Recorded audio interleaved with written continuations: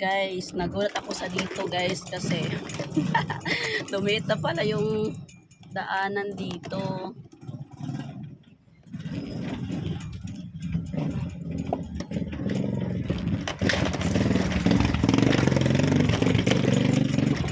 Ayan o. Buti na lang talaga maliit na ito ating e-bike. Chucho.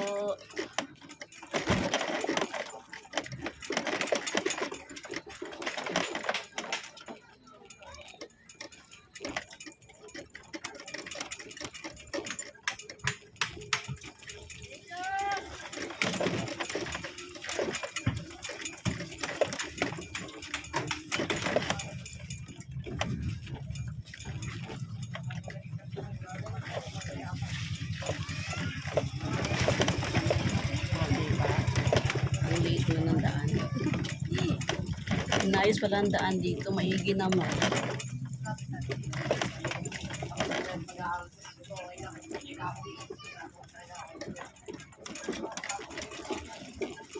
So dito ako guys sa Southville.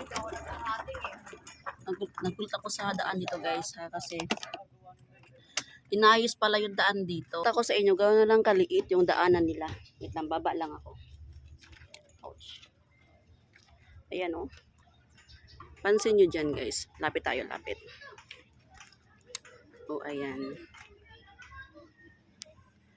Ayan o. Ganyan na lang kaliit guys.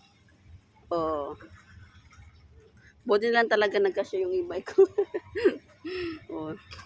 Kasi inayos pala yung daan dito. Maigi naman. Ayan, siya naman yan. Tatakot lang sila kasi pag ganun eh. One way pero pag okay na to, malawak na to guys.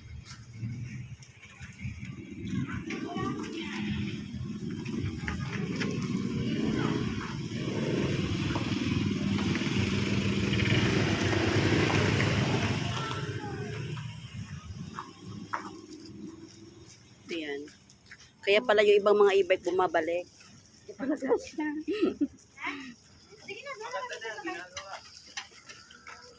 Nakalusot ka din dyan, te? Oo. Kaya naman. Mas kami. Kasi apalawak kasi inyo. Sa likod banda. Pero kunti lang.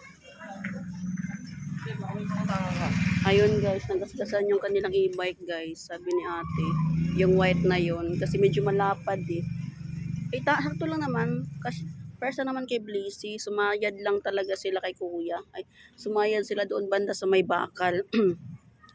Parehas lang naman sila kay Blissy. First sa kalaki neto, pero hindi ako sumayad. Yung isang e-bike sumaya doon. Kaya nagkasgasan sila. Kung di ka talaga marunong sa ganyan kasikot guys. Sasayad talaga pag e-bike ang dala mo. Yan. So ito, update dito sa may ano ha. May maganda ng daan dito ha. In fairness ha. In fairness, maganda na siya. So maganda na to, maging semento na to ito guys. Oh, thank you naman.